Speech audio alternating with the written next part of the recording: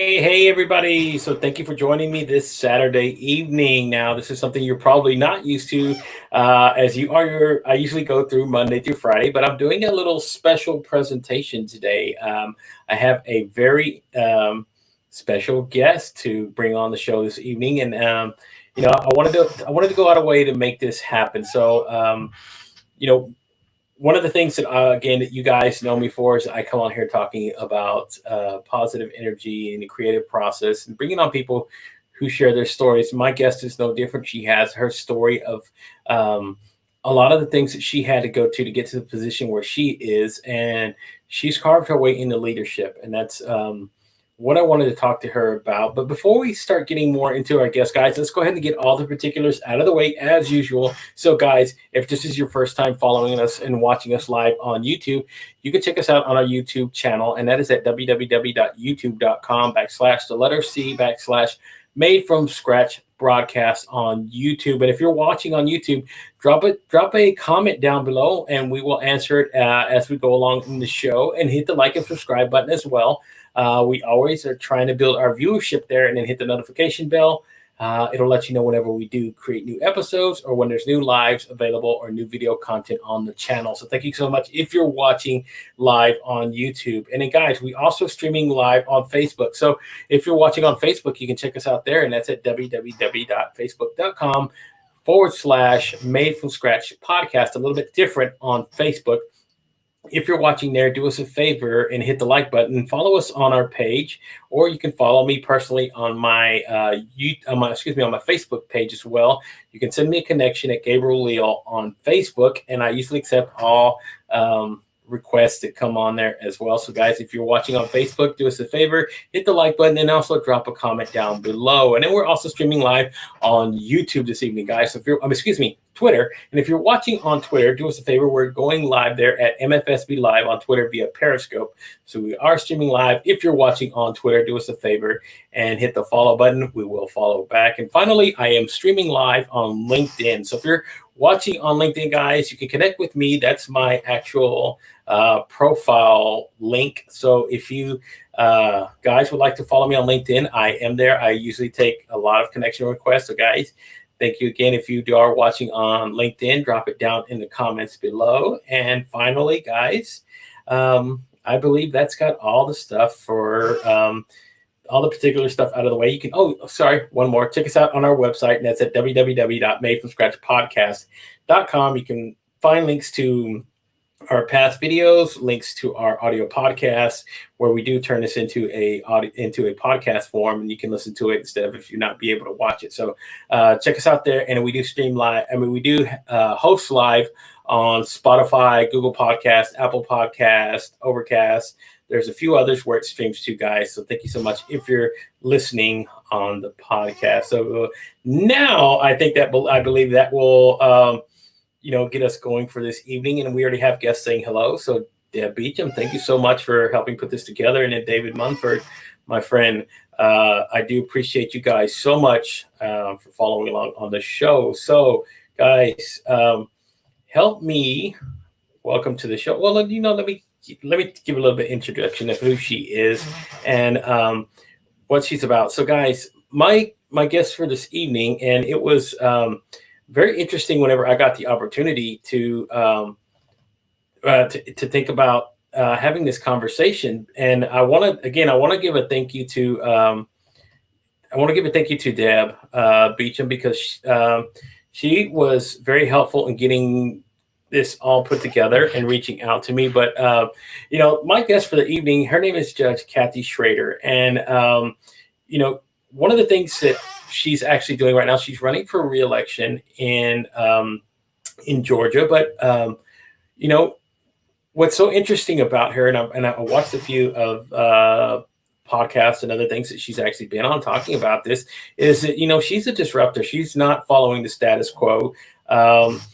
She actually has different ideas and that thing. She's instead of feeding people into the financial system of incarceration and probation, she moves towards creative sentencing, intervention, and recovery, which is, again, what we want to talk about with a lot of things going on. Because, again, a lot of people feel hurt. with the justice system that we have now. And she's trying to do something a little bit different. And this is what I talk about when I want to say, talk about bringing people who can actually help instill change and do change. And it is through our channels, like having our politicians like Judge Kathy. So guys, do me a big favor and help me welcome to the show my guest for this evening, the Honorable Judge Kathy Schrader. Thank you so much for coming on, Kathy. I do appreciate you taking the time to have this conversation. Well, thank you so much, Gabriel, for having me and for that introduction. You said it perfectly. You know, I'm known right now as a political lightning rod, a disruptor, because I'm actually courageous enough to implement what are truly best practices in reforming the system. And, you know, some people don't like that for a variety of reasons, whether they're just used to the way things have always been. Yeah. And if I've heard that once, I've heard it 1,000 times, but that's the way we've always done it. But as we know, as a culture, that doesn't justify something and it doesn't make it right, especially when you have solid data and you have solid policies and procedures that back up how much better change can be. And so I really appreciate you having me on, and that introduction was just spectacular, and I appreciate that. No problem at all. No problem at all. So, you know, one of the interesting things that, you know, that I was reading about and even hearing you speak about was that even yourself, where you come from and a lot of the struggles that you had, you know, growing up from birth and that sort of thing, you know, you understand what it's like to have to deal with something that you cannot change, no matter how hard you wanted to try. So, I mean, and it's a little bit different, but I can equate it to say being somebody of color, right? Yeah, you cannot change that at all, and you cannot change your appearance as well. And tell us a little bit about your journey growing up, and you know, because again, you're a public figure, so people, of course, will ask the questions. You know, they'll see what you look like, hey, what happened, or what are those sort of things. So kind of tell us a little bit of background about yourself and how you've had to deal with that most of your life. Well, as your viewers and you have noticed right away, my smile is a lot different. And you hit the nail on the head. When you have a physical difference from the quote in crowd, you become a target of their disaffection, their bullying. You know, when I was growing up, they just called it teasing. It didn't matter. It didn't matter the level of teasing, how painful it was, or how hurtful it was. But you know, I'm 58 years old. I'm not ashamed of my age. Well, back in the 60s and 70s, there wasn't training for people to be sensitive or diversity training. There wasn't that kind of thing. It was every man or woman for themselves. And you're right. When you have something about you that is so different than everybody else, you stand out. And, you know, thankfully for me, I have what a lot of people don't have. I had a solid family support system that told me you can't do anything about the way you look except how you react to it. And my parents taught me skills on how to deflect bullying, how to understand that, you know, and we're people of faith. So my parents would tell me, God made you just the way he wanted you. And it's your choice on how you want to use that. And so like other different things about different people, I believe you have a choice on how you want to turn your pain into a purpose, turn your situation into something that can help yourself and help everybody else around you. And with the help of my family, the support of my family, and the love of my family, I developed skills that have carried me well into the situation that I'm in, as a matter of fact, in this very day. Because, you know, anger and hatred come out as bullying. You can call it whatever you want to. You know, but it is really how one person bullies another about differences. And, you know, one of the things I've talked about a lot in this election cycle is the hot topic of diversity. Mhm. Judge, what does diversity mean to you? In a lot of forums, that question would come up. And, diversity to me is about differences, but it's not necessarily about the differences in your skin, your Mhm. sexual preferences, your sexual identity, your socioeconomic status. Diversity is a matter of the heart. Yeah. It is really how you see yourself as a part of the bigger humankind, and whether you're going to be a more positive impact in that humankind or you're going to be a negative and detrimental impact in humankind. Yes. And some of the skills that my parents taught me is that you can't operate in a bubble. You can't be one person at home with your family. You can't be one person at church with your church family and then be a totally different person when you're at work or in your profession.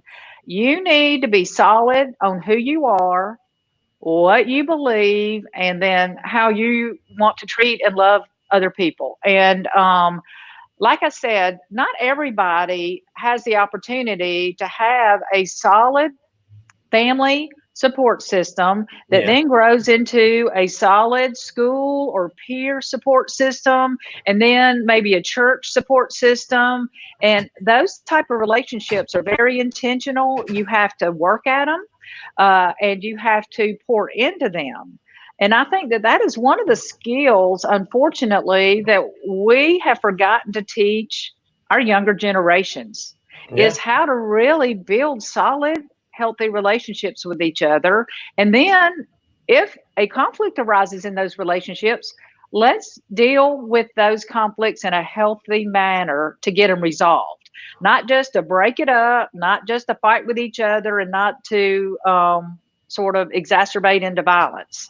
And so that, I just think that as a result of some of the trials and tribulations that I struggled with as a child, I had the benefit of, like I said, that solid support system that I know in today's world, our youth and especially our adolescents don't have.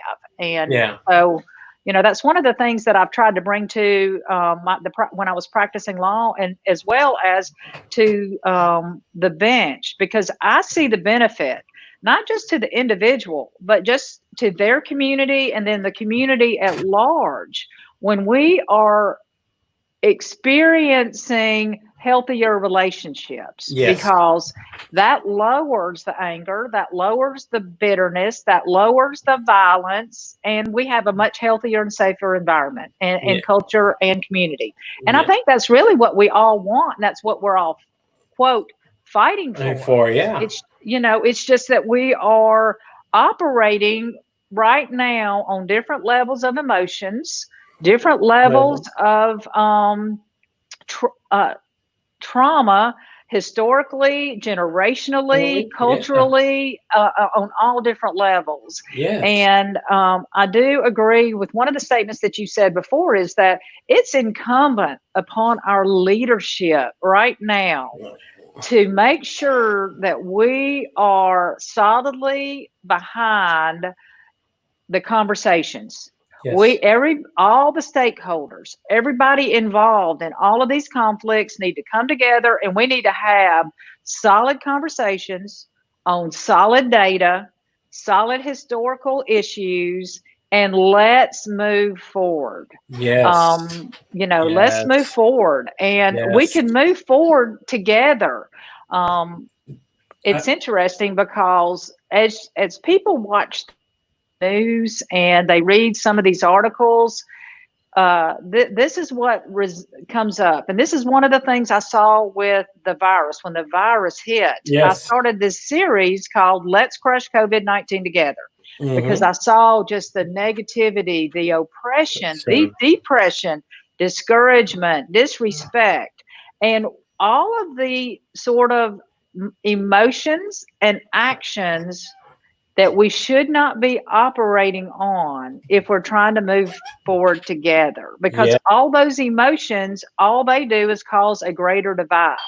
And the more divided we remain, the more angry we're all going to be with each other. And it's really interesting, because one of the things we were talking about, and interrupt me if you have another question, because I can ramble on and on. Well, okay.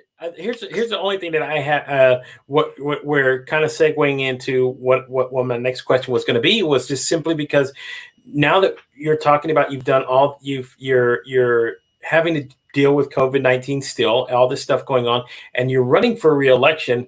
This has kind of become a different issue now. So how has that actually affected how you go out and campaign, and you go out and reach out to people and your constituents? I mean, how has that become a little bit different? Because again, this is nothing like we've ever had to deal with before.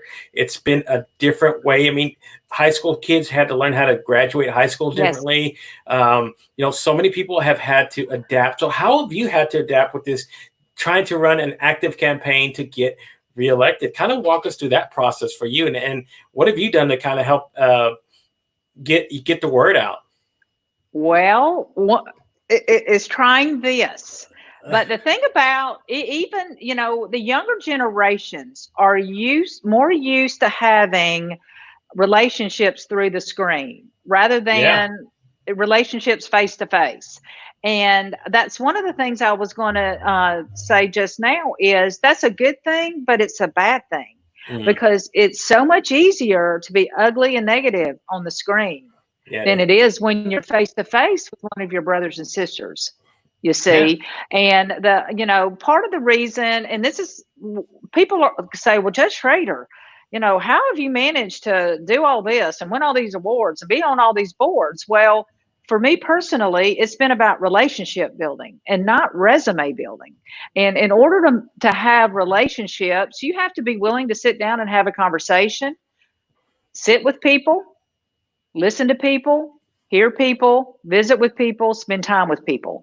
And I think that that's one of the downfalls that we're experiencing right now with all of our screen time, is that for 90 days, people really have not been practicing their interpersonal skills, whatever interpersonal skills they may or may not have had, which, the younger you get, the lesser interpersonal skills you seem to have been developing, because let's face it, our younger generation, they're so proficient with the computer. I mean, my 25-year-old could take apart this computer and put it back together right now. And but one of the things that we've taught him, and I want to implore anybody that's listening to me, teach your youth how to have a person-to-person discussion, eyeball to eyeball, listening, engaging, shaking hands, because most jobs, you still have to go on an interview. Well, if you talk to some employers, they are dismayed at the lack of ability for some people to be able to engage in an interview face to face and eyeball to eyeball, because they're so used to talking through a screen. But I think that that's part, the anxiety, the frustration, the lack of jobs, all of the negative emotions that have been kind of swirling under the surface over the last 90 days have also caused this volcanic eruption that we've seen over the last 10 days. Not that it's not justified. I just think it's been heightened because it's been a way for people to release some of the anger and frustration. And and just to kind of what you're talking to the point, I was mentioning this yesterday evening. So it's been like a powder keg. There's been so much pressure building, right? People staying in, not being able to go out and practice those interpersonal skills and meeting people and doing the things that they got too used to doing before, right? And it's been building and building, and it was just a powder keg, and all it needed was a match.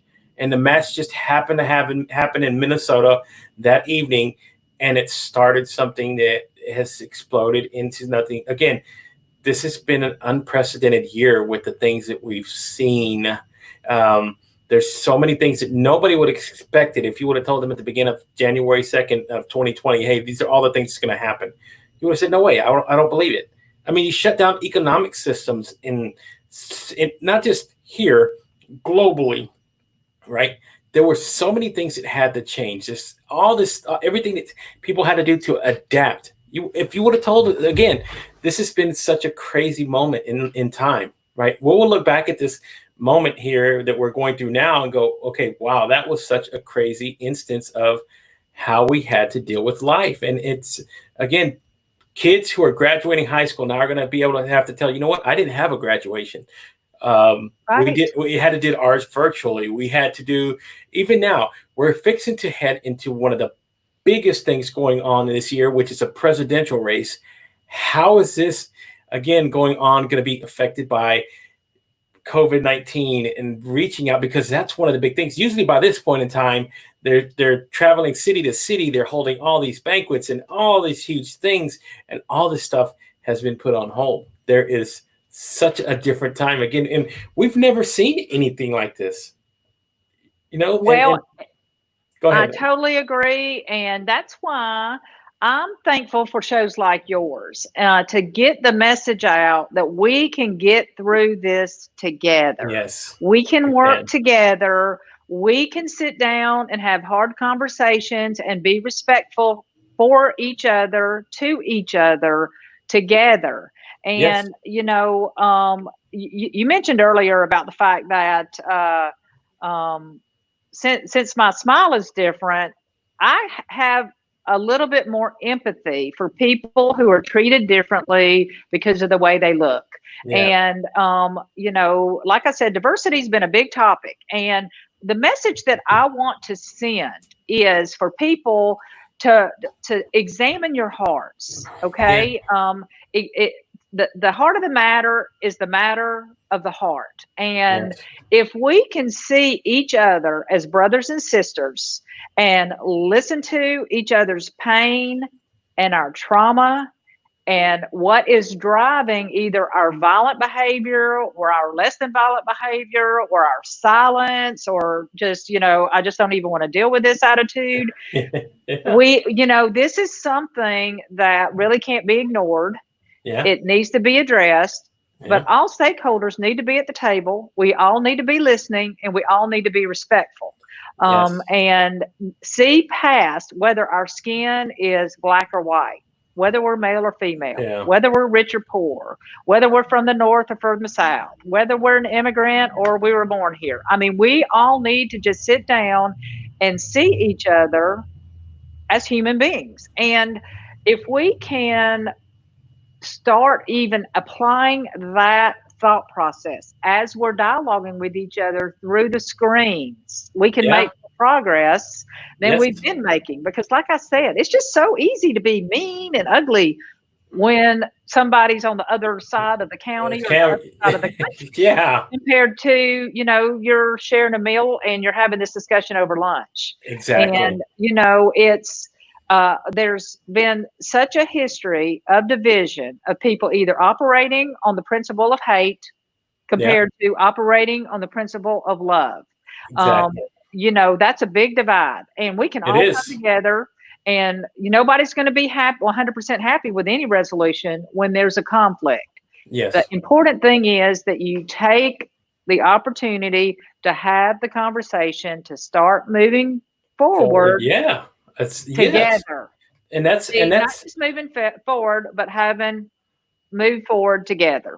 Exactly. And again, that's one of the things that I have been pushing for lately is the fact that, you know, we can always concentrate on what separates us so easily. Right. What for me is, what do we do to unify ourselves? And that's where I'm at in the point of this discussion of wanting to go forward, is that's where we need to concentrate on. We know the history is there. We know what's happened. We'd be fools to ignore it. History's been our greatest teacher of what to expect. So if we're going to change it, look at our history, yes, but now we have to look towards the future, which is unwritten, and go, what can we do to help change that? And I think that's where I concentrate on. What I do with my show is just by putting it out there so that people can understand that we have this option every day. We have an option to be unified. We have an option to come together as a society. It's just You just have to get the right people in the right places. You have to get leadership to come along. And then again, just like anything, you got to have the people on the floor doing the work. Those are the people that I tell everybody, you don't have to be, for your example, you don't have to be a judge to make change. You can start out by going out and start registering voters. If you're tired of it, change how you vote for that county. See, you can go back and find the numbers for the past 8, 12, 16 years on how your county's voted and see what you can concentrate on to help change that. You have to work these channels. That's how you're really going to work on making change. If you just leave it to society to do what it usually does, you're going to get the same results. And one of the hashtags that I use a lot in all of my posts is be the one. Because you're right. One person can make a world of difference. And part of the dialogue that I use with people in my courtroom who are struggling, or they don't feel like they matter, or they feel like they've been in trouble so much that their life will never matter and they can't make a difference, is I use the example of when a pebble falls into a pond. Mm-hmm. When a pebble falls into a pond, there's always a ripple effect. It doesn't matter how big the pebble is. It doesn't have to be a boulder to cause ripples. Just the pebble has a ripple effect. Mm-hmm. You have the power to determine, are your ripples going to be good ripples or are they going to be bad ripples? Exactly. Are you going to make a positive difference one step at a time, one decision at a time, one day at a time? I just want to share something with you. I don't know if you've watched some of the videos on my I was watching it. Or not. Okay, yes. Well, out of the blue today, I got this Facebook message, and it was from a guy that I sentenced 5 years ago. Instead of sending him to prison, I sent him to treatment. And he can't vote. He's a convicted felon because he, is a convicted felon. So in the state of Georgia, he can't vote.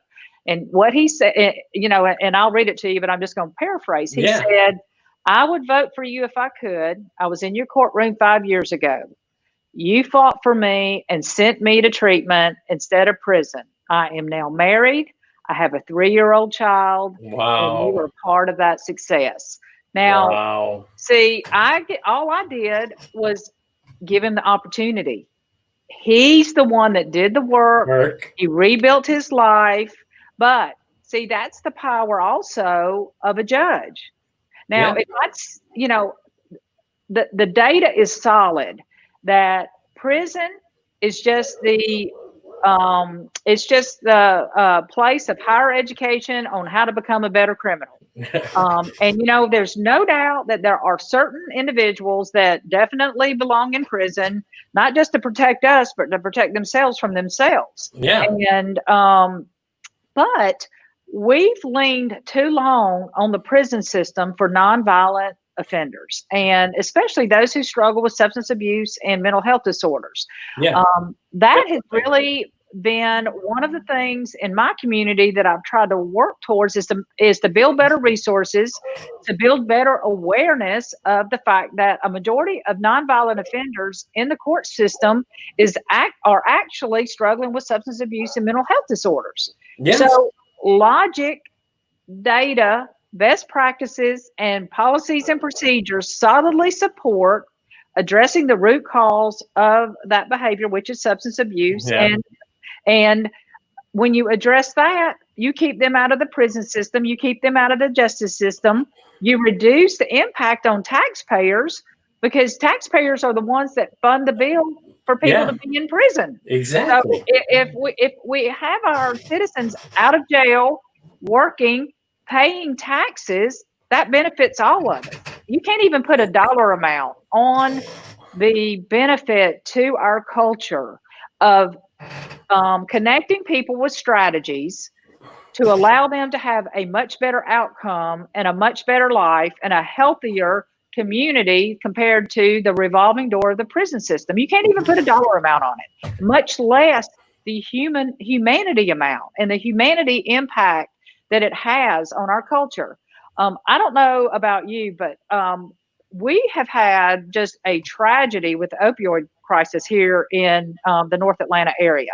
And one of those tragedies are babies that are born addicted to substances. Yeah. And so one of my pride and joys is when I can help, especially young couples and young women, go through recovery. And they have what we term in the industry a sober baby, because the impact on raising a child that's been addicted to substances in the womb, and that is born addicted to substances, you get them sober and you help them detox from the substances. But there's the potential for lifelong struggles as a result of that. Yeah. And also, again, the big hit on taxpayers to assist those babies and to assist those moms is significantly reduced when we address the underlying causes of why people are struggling in the first place. Exactly, and that goes back again to what you were talking about. Is I do a separate podcast on mental health because it interests me so much. But again, that's part of the problem. They leave it to say, you know what, this can be solved in the justice system, in the prison system. Let's send it there, instead of taking the focus on the person itself and says, you know what, let's take them out of having to sit in there. And like you said, you become what your environment is around you most of the times. Not all the time. But if you're in the prison system and you go there, right, you learn what they're teaching you around there. So you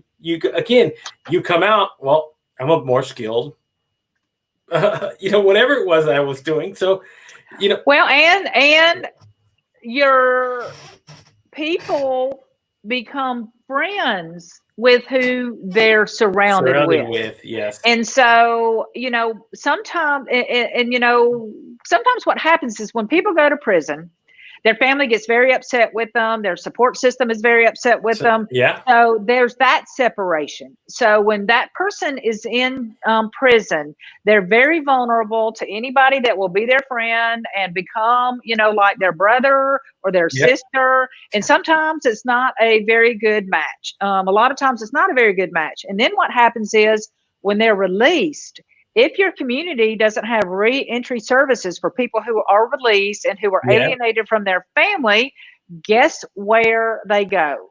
They go to the contacts that their new family in jail has set them up with. Yeah. And it's just a matter of time before the revolving door. But the hopeful thing, and my message is, we are disrupting that.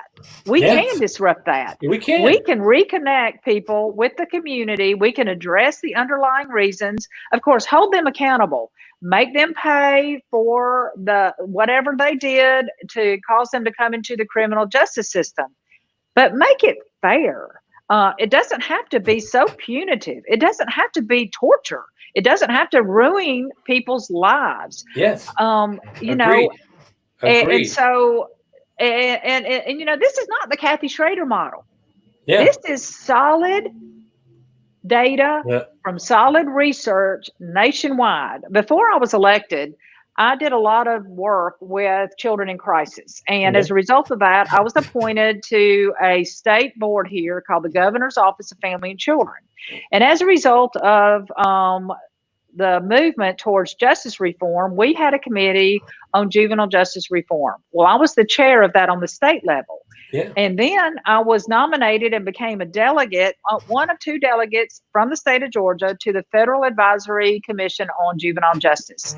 As a result of that, I had access to the data, to the research, to all the white papers, all of this stuff that all of these other jurisdictions were doing.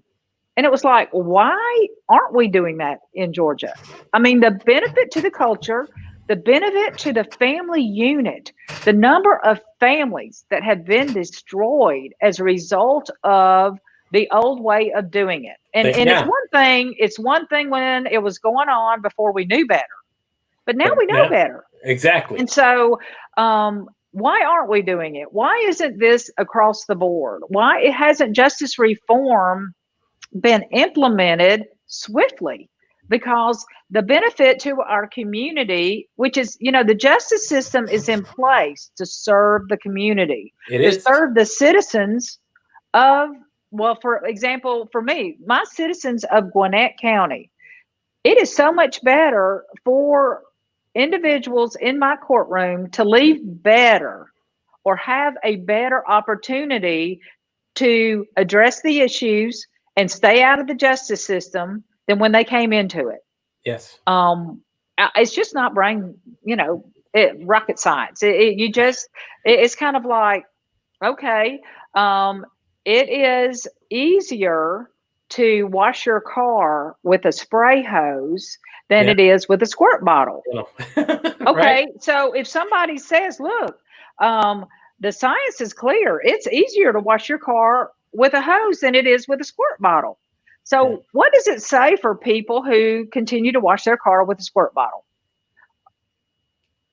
Yeah. So, I mean, but because if you get stuck, people get stuck in a routine, they get stuck in a mindset. Mm-hmm. And but we also, all of us, not just leaders, not just in my community, everywhere, we need to do our part in being open-minded enough to accept research or data or a position that may be contrary to the one that we think is right. Right. And, if we're not, that's where the rub comes. And I think that's where a lot of people are in a bad place. They're in a very angry place right now in our culture because they feel unheard. Mm-hmm. They feel like they've been minimized. They feel like they're diminished because their opinion is different than somebody else's. And we're not going to solve it with violence. We're going to solve it with dialogue. We're going to solve it with reaching across the table and having hard conversations. And that's exactly. And that's all that I've tried to start doing from this point on, is to get at least people to sit down at that table to have these hard talks. Yes, sometimes it may be uncomfortable. But again, this is not about being comfortable in what you're doing. It's about finding a way, again, to send out that olive branch and say, hey, we can come together as people, as humans, as a society. We don't have to concentrate on the negative aspects of everything that's going on, because that's what's always been done. And you see where it's gotten us. It has not gotten us any further than where we want to go. Well, and I love the statement you made a moment ago. Instead of concentrating on all the negative or bad things about a situation, let's look at the positives. Let's focus on the positives. Yes. And, some of the positives that I've seen are police officers and protesters kneeling together and praying together. Yes. Loving on each other, talking to each other. So the dialogue is starting, but you see where the dialogue is starting is face to face in the street. And it is not starting through the media. It is not starting through these TV shows and these news programs and these talking heads that I think would rather see all the conflict because it gives them something to report and it sells their station. Let's get on the street. Let's get boots on the ground and let's have these face-to-face conversations. Yes. Where we're seeing those reports is through shows like yours and through Facebook and through YouTube and through all these other individuals that are out there, and they have the courage to show us what's really happening. So, like, one of the things that I hope this movement spurs is that, okay, whenever we went through all the bailouts and everything, everybody wanted to have these town halls to talk about the communities and how we're doing with our local governments and money and all these other things, right? My hope is that some of these things start doing the same thing, except we're talking about people. We're talking about people's lives. We start talking about real ways that we can enact changes in our individual communities, because that's where it all starts. everywhere. It all starts at the local level. I've never heard of change happening from the very top and it's trickling down. It does not work that way. It goes the other way around. We change it from the ground and build it up that way. And that's how this has to go, the same sort of direction. And it's going to take that one individual in that community says, you know what, let's start having these town hall meetings. Let's having these conversations again about opening up and talking about building a gap. Because again, the police are not the problem. The police are there. There's so many that are here to protect and serve. They will put their lives on the line. It's the shortcomings of how we train a lot of these police officers, and they'll spend tons and tons of hours and time sharing and teaching tactical issues on how to approach the thing, but yet they won't talk about the mental aspect about dealing with somebody out on the street. It is a different mindset when I get up, and I understand you have a job to do, right? You have a job you want to protect yourself and come home every night. I get that. And you want to serve the community. But for those who don't even think about that when they're going out and doing these things and just treating people with no kind of empathy, no kind of anything. I mean, what would if it hurt to leave him in the car? I mean, he was already under arrest. He was already in the squad car. If you haven't seen the video, they pull him out and they do what they did, and the other 4 officers around him standing and watching.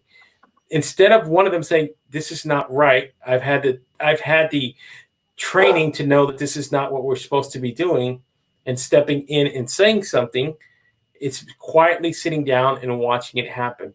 And the people around, I understand, don't want to go in and jump in because, again, they're just as fearful that something's going to happen to them for trying to say something.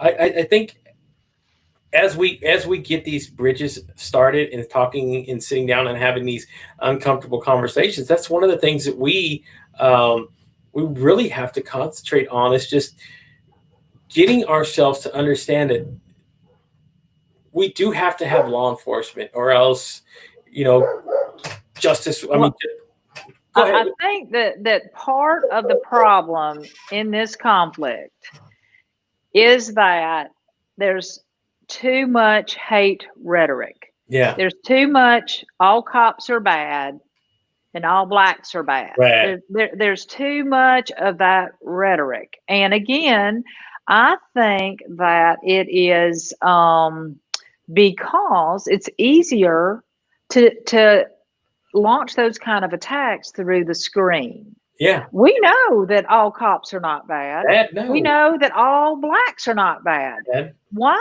are we allowing people to say that, especially people in the media, people in leadership? Why aren't we saying we are all good? We're all different. This is a tragedy. We're going to address it. We're going to take measures to prevent it from happening again. That's what the community wants to hear, is how can we see as a community that this is not going to be something that's happening all the time. And, we need more dialogue about statistics. We need more data about that. But we've got to stop weaponizing these conflicts. That's what the problem is. We have weaponized this to the point where almost nobody wants to listen to reason. Nobody wants to listen to statistics about this or that. They don't want to listen to the actual data. They don't want to listen to policies and procedures about how we can address this, because it's so emotionally driven, because the vitriol that is coming from the media, the rhetoric, and like I said, just weaponizing a conflict is not doing our culture any good right now, because of, like we talked about a few minutes ago, just all the volcanic emotions that were already ready to erupt. We don't need more people dying in the street. We don't need more officers being assassinated in all of these conflicts. What we need is to take a deep breath, to sit at the table, to respect each other, bring Exactly. all stakeholders. We can no longer operate in silos in our systems. And that's one of the things I've done in Gwinnett County is I've partnered with other systems in my community to make sure that, again, the outcomes were better for people than when they came in. Exactly. Getting a GED for my youth, connecting them with both medical and psychological and substance abuse treatment if it's warranted, connecting people with felony-friendly employers, connecting them with parenting classes so that they can be better parents for their children, and raise them with skills that they obviously weren't exhibiting. Otherwise, I wouldn't have recommended it. But, that's what we need to do with this. It's not a one-stop, okay, one conversation. This is going to take some work from all the stakeholders at the table, respecting each other and having a respectful dialogue. Yes. I love that so much. And that's what I think about whenever I say making that change that we need. So let me go ahead and shift the conversation a little bit, because I did have a couple questions that I really wanted to ask you, because they kind of interest me. So you were an attorney before you became a judge. So yes, sir. How was that transition from being in front of the bench to actually being behind the bench, and now listening to these cases and making decisions in affecting people's lives? How was that change going from one end to the other? Kind of walk us through that process, because I'm always curious about that. Well, as divine intervention would have it, I did practice law for 25 years before I was elected in 2012. But for 8 years prior to being a full-time job, I was a part-time job. So I did get some training, and I got sort of eased into the full-time judicial spot. Yeah. But also I'm just an avid learner, and I'm always trying to improve. I'm trying to learn new skills, because I just believe that if you can serve the person that you're dealing with better, that person then is going to serve their family better, and so on and so on. So I'm constantly trying to seek wisdom and new skills on how to interact, new strategies for sentencing or family law issues, custody issues. I'm constantly researching the data on parent alienation to try to get the alienator to kind of shift their view on understanding the damage that they're doing to their child. And that was a process that I learned in law school and as a lawyer. So, excuse me.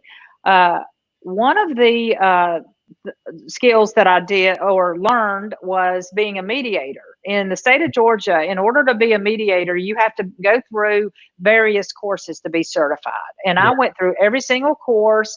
I actually, before I ran for this position in 2012, was thinking about completely shifting to being a full-time mediator. And what a mediator does is help the parties talk through their conflict towards resolving the conflict themselves. A mediator does not make a decision for the parties or for the situation, but they just dialogue with the parties. And those skills have really served me well on the bench as well, because as a mediator, you have to really listen. You have to understand what the party means, not just what the party is saying. Yeah. And so the experience of being a litigator for 25 years, being a mediator for almost 5 years, and then a part-time judge for 8 years, I just shifted right into being a full-time job pretty easily, because I had developed those skills already. I had been working towards that. I often tell people, you shouldn't wake up one day and decide, hey, I think I'll be a judge. I mean, you do a disservice to your community if you do that, because you're not developing the skills that will honor the people in the courtroom, that will be able to serve the people in the courtroom. And, at the end of the day, everyone that works in the justice system is a public servant. My customers are the public. They're Yeah. the citizens of Gwinnett. And I just felt like it was incumbent upon me to have the skills necessary to serve them well. Yeah. And even since I've been on the bench, I have gone to, we have annual training here in the state that Yeah. all the judges go to, but I've gone to out of state training to improve my judicial skills and to There you improve go. my judicial knowledge, and just to make sure that when I make a hard ruling, that it is solid on the law, it's solid on the facts, and it's fair. Because I believe that our citizens deserve that. I believe they need somebody that is well learned, well read, willing to be a servant leader, recognizing that they're a Yeah. servant leader. And it's not just about, oh, I got the road now and I get to make the decisions. Because Yeah. that's not really what it justice is all about. Yeah. So, Justice is really about coming to a resolution that balances both accountability and mercy. It's ah, not just it's about about, punishment. there you go. So how much does emotion play into transitioning into that role where you're having to hear the facts and that sort of thing? How much does that play into what your final decision is whenever you hear a court case? Well, part of our training is that if we recognize that we're getting very emotional with the situation or the one of the lawyers, or something that's going on, Yeah. then you step back and you try to examine that. Yeah.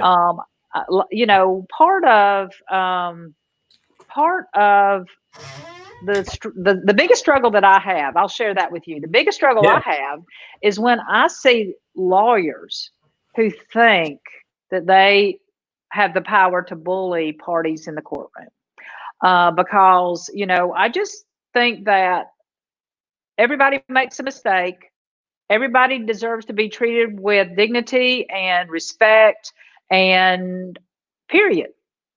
No, and there should be no other thing that drives, especially lawyers, because we have a lawyer's creed where we're supposed to be respectful and treat everybody with respect and dignity. So I really have to step off and try to give the lawyers an opportunity just to sort of calm down, and for all of us to calm down and get back on track and just concentrate on the issues that are before us and present the case accordingly. Did I lose you, Gabriel?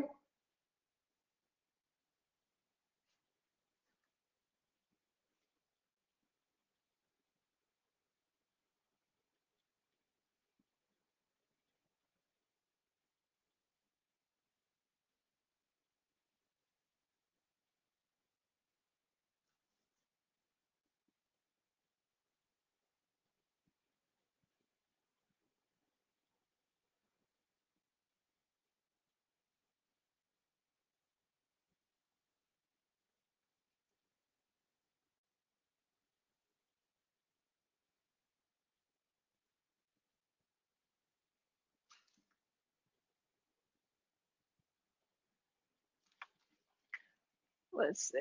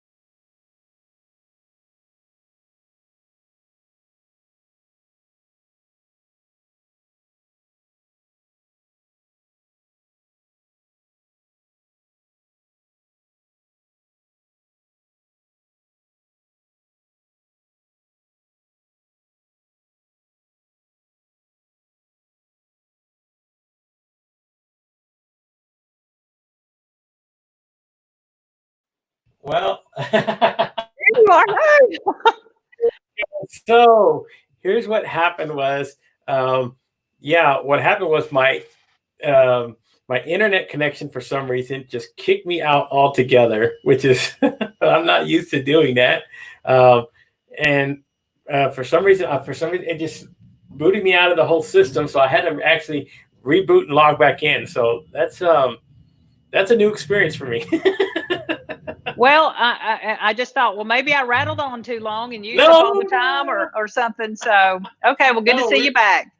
No, you're fine. And usually I wrap everything up anyway. So one of the last questions that I usually ask all my guests is essentially, when the book is said and done on Kathy, what kind of legacy do you want to leave behind, and what do you want to be remembered for? What I'd like to be remembered for is that everybody can say that I treated them like they mattered. Because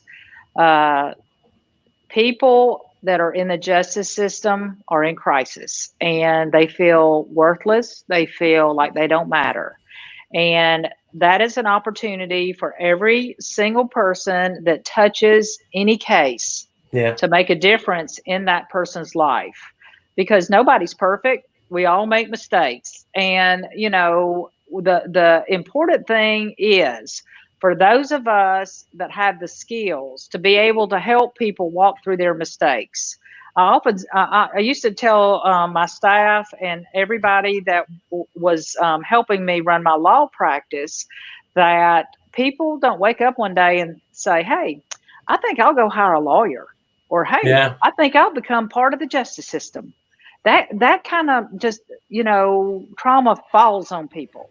And if we can understand that people in the justice system are at a really bad place in their life and help them navigate through all those dark waters and come out healthier, stronger, they've addressed the reason that they were there, whether it was a conflict, they've been accused of a crime, they've had to go through a crime because of unfounded accusations, been traumatized by the system, whatever. If we can have a part in boosting them through that part of their life, that's really what humanity is all about. It is. We don't have to be arrogant to be successful. Yes. I believe that the most successful lawyers and the most successful judges are the ones that serve their community and their clients so well that they never come back, and you basically work yourself out of a job. There you go. Right? Isn't that? It's about helping people, and when you have the skills to help people and you don't use them, I think that's the biggest travesty of life ever. Yes, ever, because we're born for connection with each other, and we're born to help each other. Yes. Some days we're strong and we need we're strong enough to help our weaker friends, and sometimes we're weak and we need our stronger friends. Yes, it's all about relationships, and it's all about working together to make this a better place to live. Yes. and to love. And what a thought to say that, I'm trying to work myself out of a job. What a way to say, I'm trying to make a difference. If I can say tomorrow, I'm not going to have a job, what a wonderful world this would be. This is such a beautiful thing. So thank you, Kathy, so much for taking the time out of your evening to have this conversation with me. I thoroughly enjoyed it. I had such a great time. And then, of course, I just wanted to thank everybody who watched this evening, who's been commenting, who's been part of the show. Guys, you are what make what I do every day worth the effort and the time. Just so everybody knows, I don't get paid to do this. I do this out of just the passion in my heart to go out there and try to make a change in this world. This is my form, how to do it. This is what I do every day when I get up. And again, I don't make any money from this, folks. This is just me being me, putting myself into the world and hopefully making the impact in somebody else's life. Well, see, that's what you're doing. You're doing it. Yeah. You're doing it through your show. And it's not about the money. When people live their life on purpose, not to make money, but to make a difference, that's where we're going to change. That's when we're going to see the change. And I'm proud of you. I want you to hear that. I want you to come to Georgia. I want you to come to my courtroom. I want you to come to speak to my young followers, to the adolescents who have not only gone through the process with me in the justice system and have come out better, but also their brothers and sisters, their family units, and you can just see what happens to a community when justice is done right. And it's and I can guarantee you, there's examples like this all over our country. But these aren't the things that they shine the light on, because it's not the thing that sells. It's not the sizzle. Yes. And that's the thing that I focus on, because I know there's enough of these out there in the world. And all we have to do really is just go find them. Spend the time to go find them, find the people. These are how I'm digging so many wonderful people every single night, because I know they're already out there. Yes. And I know I just need to find the right conduit to this person or that person who will bring them to me. And then I can showcase them and bring them to the light so people can understand it is a wonderful world. It's not everything that you see on the news. We are all have a way to live with passion and purpose and make this place better for all of us. And again, I my only hope in this world is that I leave it a better place for my kids and my grandkids, because I know, that's how the progression has gone for a lot of times.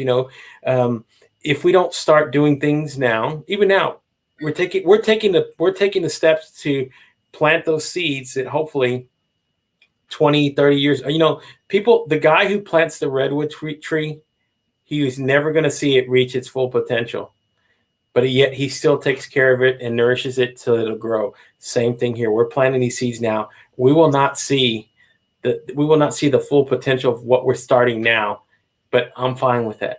My grandkids, hopefully they see that. And that's what I want to push for however long I have left on the earth. Well, can you ask your viewers to watch some of my videos on my YouTube channel too, and check out my website? We've got lots of good things. So guys, right here at the bottom, you can see I have.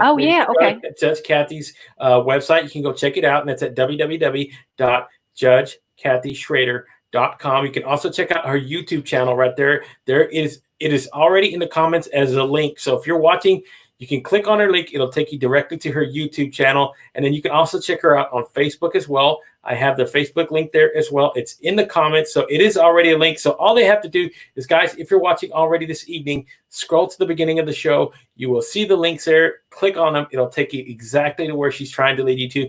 Go watch her videos, guys. Go watch where she's been at. She is awesome. And again, thank you so much, Judge Kathy. And I'll be pulling for you. Tell all your friends in Gwinnett County to vote Judge Kathy. That's right. There you go, guys. And that's how you're going to do it. So, especially with, where's my friend Marcello? He lives in, actually, I think he lives in Atlanta. So if you're living out in Georgia, guys, get out and vote, make a difference. And, that's, again, all we can really do is just put effort in there, and we'll find the change that we're going to, as long as we keep pushing it every single day. Keep up the great work, Gabriel. Thank you so much. The change starts with a conversation, and you're doing a great job. Yes, and I would love to at some point go in there and speak, because that's one of the things I'm learning to do as well. I'm doing this in front of a camera, but I want to learn how to speak in front of people. That's one thing, and that's one way to do it, is just to get a great positive message across, and that's what I want. Actually, it's harder because I can see myself, and I don't like it. It's harder looking out and not seeing yourself. So you'll be fine. You're going to be a pro. You'll be a pro. So again, thank you, Kathy, and guys, get out and vote. So if you're in Gwinnett County, you're in around there, or you're connected with somebody, you have a family member that lives in that area, get them out to vote. That's the way we're going to make the change. And thank you so much, Judge Kathy. Just sit tight, everybody else. Thank you so much for joining me on this Saturday evening. I will be back Monday evening, 7 o'clock. My guest will be Joe McGinnis, and we will talk about his journey. So thank you guys so much, everybody that's joining along. I've had a great evening. And again, I will see you Monday night, 7 o'clock, everybody. Peace, harmony, love, guys, and we'll get all through this together. Bye-bye, everybody.